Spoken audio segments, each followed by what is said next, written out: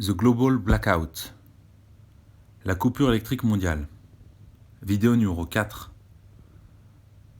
Le jour 2. Excursion à l'aéroport avec mes deux voisins. Auteur Amar Belmostefawi. Artiste illustratrice Karen Gallego. Vous trouverez nos coordonnées dans la description. Bonne écoute et bon visionnage à vous. Jour 2. Excursion à l'aéroport avec mes deux voisins. Ma nuit de sommeil fut courte mais très efficace. Afin de ne pas manquer le lever du soleil et pour éviter de retarder notre départ, j'ai dormi la fenêtre ouverte.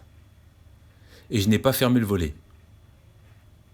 J'avais préparé mes baskets de trail et un sac à dos contenant une bouteille d'eau de 1,5 litre.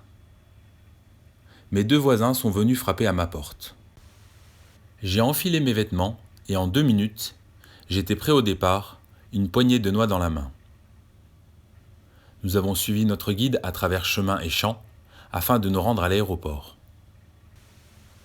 Notre bagagiste ayant déjà fait le chemin à pied, nous avons mis moins de temps que prévu pour arriver à notre destination. Par contre, nous savions que nous ne pourrions pas traverser les champs avec un chariot. Une fois sur place, nous avons mangé et nous nous sommes hydratés comme nous l'avions fait régulièrement à l'aller. Comme convenu, nous avons chargé le chariot de manière à ne pas perdre son contenu au premier nid de poule. Le soleil n'était même pas encore au zénith quand nous sommes repartis. Le retour se réalisa sous une chaleur écrasante. J'avais rempli mon sac à dos d'un maximum de bouteilles d'eau. Ce ne fut pas une partie de plaisir. Plus nous nous rapprochions de la ville et de nos habitations, plus nous croisions des personnes. Au début, nous avons eu le droit à des regards. Ensuite, certains se sont aventurés à nous poser des questions par rapport à ce qui pouvait se cacher sous la bâche de notre chariot. Plus vous cachez les choses, plus vous attirez l'attention. On est passé d'une personne à une dizaine de personnes nous suivant. Mon voisin bagagiste a jugé utile de donner à chacun des curieux une bouteille d'eau et un repas conditionné. Humainement, cela était une bonne chose, mais fatalement, cela fut une erreur. D'autres personnes sont venues rejoindre la foule qui s'amassait autour de nous. Nous devions être à moins de 10 km de notre point de retour, mais encerclés par tout type de personnes, nous avions compris que nous allions subir un assaut. L'étau humain se resserrait de plus en plus. Nous avons craint pour nos vies. Pas le temps de réfléchir. Nous avons juste eu le temps de nous écarter de la charrette pour voir cette dernière se vider en moins de 2 minutes. Je crois que nous aurions eu 3 chariots. Cela aurait été la même chose. Nous aurions eu nos charrettes vidées. Nous étions dépités. Il ne nous restait plus que le contenant de nos sacs à dos. La seule façon efficace pour défendre ce genre de chargement aurait été d'être armé. Le problème est que le fait de posséder une arme aurait pu provoquer une escalade de violence ou plus grave, nous nous serions fait suivre jusqu'à nos habitations et au moment opportun, nous pouvions nous attendre au pire face à une attaque organisée. Nous avons fait les derniers kilomètres en silence et j'ai évité de faire des remarques du type « Je vous l'avais bien dit » ou « Si nous étions partis de nuit, la situation n'aurait pas été la même. » Une fois arrivés, nous avons décidé de nous reposer et de nous rejoindre le soir pour échanger sur la situation passée et à venir. Quel plaisir de rentrer chez soi et de poser son sac pour prendre une douche et faire une sieste. J'ai eu un peu de mal à m'endormir. J'ai repensé à notre excursion à l'aéroport et surtout à notre retour. Ce dont j'étais certain après ce déplacement, c'est que je devais me fier à mon instinct par la suite si je ne voulais pas risquer de gros ennuis. Je me suis dit que mes forces seraient décuplées auprès de ma famille. Rejoindre ma mère et y trouver mes frères et cousines serait l'idéal en attendant que la situation s'améliore. Étant une famille unie, nous serions plus forts et organisés. J'ai fini par m'endormir. Je ne crois pas avoir rêvé. Par contre, comme déjà indiqué auparavant, je déteste me réveiller dans le noir total. N'ayant déjà plus la notion du temps, ne plus avoir de point de repère dans mon appartement provoque chez moi des crises d'angoisse. J'ai tâté mes meubles dans le noir jusqu'à trouver mon briquet et une bougie. Avant de sortir de mon logement, toujours le même automatisme, celui d'éteindre la lumière. Cela m'a fait sourire, il ne s'est rien passé. Décidément, à chaque fois que j'arrive chez mon voisin, une nouvelle surprise m'attend. Cette fois-ci, il y avait une de mes voisines qui est infirmière et qui travaille dans une ville à 65 km de notre immeuble. Cette dernière paraissait encore fatiguée de ses plus de 13 heures de marche. Le corps humain est une véritable machine robuste. Elle nous a raconté avec détail les conséquences de l'arrêt de l'électricité et de toutes les machines au sein de l'hôpital. Certains malades étaient branchés et le personnel médical n'a rien pu faire quand tout s'est arrêté. Même le système de secours, plus connu sous le nom de groupe électrogène, n'a pas pris le relais. Ce fut un désastre. J'ai demandé pourquoi une infirmière ne reste pas auprès des malades. L'hôpital devait avoir besoin de tout son personnel médical.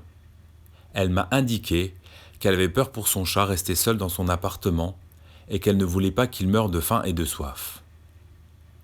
Déterminée, elle nous raconte qu'elle repartira dès que possible avec son chat afin d'aider les personnes qui seraient dans le besoin. Elle voulait retourner porter main forte au médecin, ce qui était tout à son honneur. Elle nous a expliqué que la situation était devenue incontrôlable et que le moindre aliment ou la moindre bouteille d'eau était recherchée. Elle n'avait jamais vu autant de personnes affolées. Comme jamais, les blessés, sur le plan physique et moral, arrivaient de toutes parts. Bien qu'étant habituée à des situations difficiles, les cris, la vision du sang et des morts l'ont profondément marquée. Cette femme s'est mise à pleurer devant nous, ce qui a suscité beaucoup d'émotions. Je me suis retenu de verser une larme à mon tour. Même si elle n'était pas sportive, elle m'a indiqué que jamais elle n'aurait pensé marcher plus de 60 km d'une traite. Mais elle a précisé juste avoir mis un pied l'un devant l'autre sans se poser de questions. Son esprit était ailleurs et elle a tellement été témoin de comportements bizarres sur son chemin qu'elle n'avait pas d'autre choix que celui d'accélérer le pas.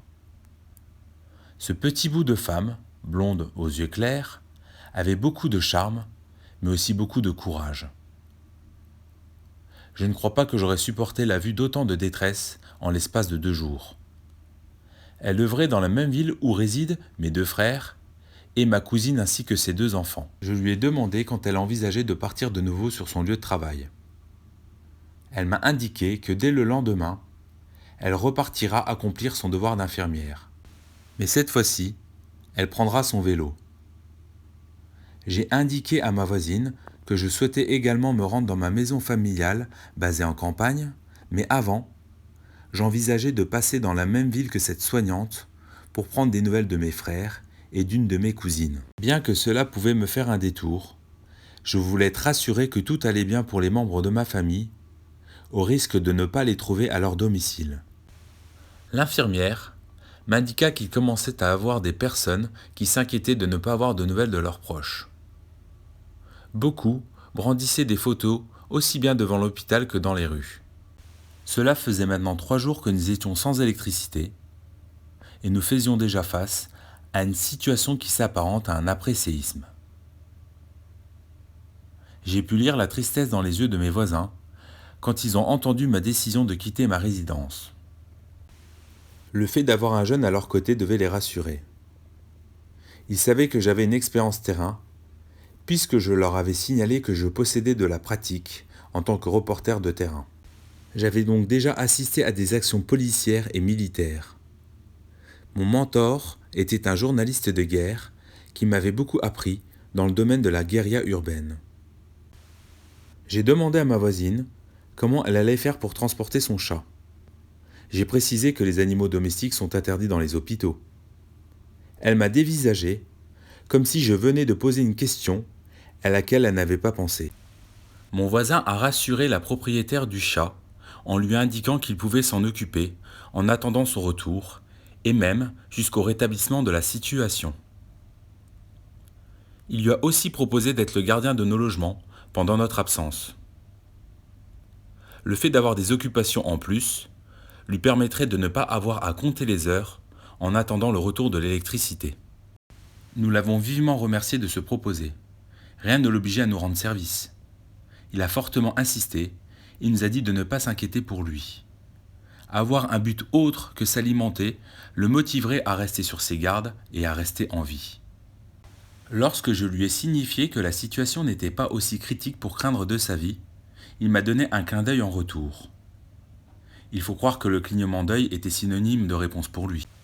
Mon voisin bagagiste allait prendre plus de précautions.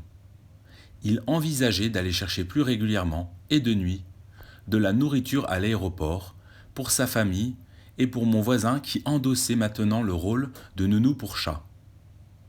Et si la situation devenait risquée dans leur lieu d'habitation, ils se réfugieraient tous à l'aéroport, le chien de mon voisin et le chat de l'infirmière compris. Nous avons envisagé un itinéraire avec ma voisine. Elle semblait peu à l'aise devant une carte, et elle préférait me faire une confiance aveugle. Par contre, je lui ai conseillé de bien se reposer et de plutôt partir après-demain afin d'être en forme pour le trajet en vélo. Elle souhaitait prendre en charge les patients dès son arrivée à l'hôpital. Elle a acquiescé en prenant cette fois-ci sa fatigue physique en compte. Je lui ai proposé d'aller récupérer de l'alimentation pour chat le lendemain. Elle m'a donné un large sourire en retour. Après coup, j'ai réalisé que j'allais me promener avec un sac rempli de croquettes pour chat et que je risquais de me faire agresser pour au moins 2 raisons. D'une part, pour mon vélo, et d'autre part, pour que les gens puissent vérifier le contenu de mon sac à dos. Mais le retour de son sourire m'a donné du courage. C'est la fin de cette vidéo numéro 4. Et vous, outre les magasins, dans quel lieu vous seriez-vous rendu afin de récupérer de l'alimentation pour vos proches ainsi que pour vous? Je tiens à tous vous remercier pour votre écoute et le visionnage de cette vidéo. Karen et moi, nous avons beaucoup de retours positifs qui nous poussent à mener notre projet original de vidéo audio illustrée à son terme. Comme je le dis souvent, le meilleur reste à venir. La prochaine vidéo abordera le jour 3, un autre déplacement en ville. En attendant, je vous dis à bientôt.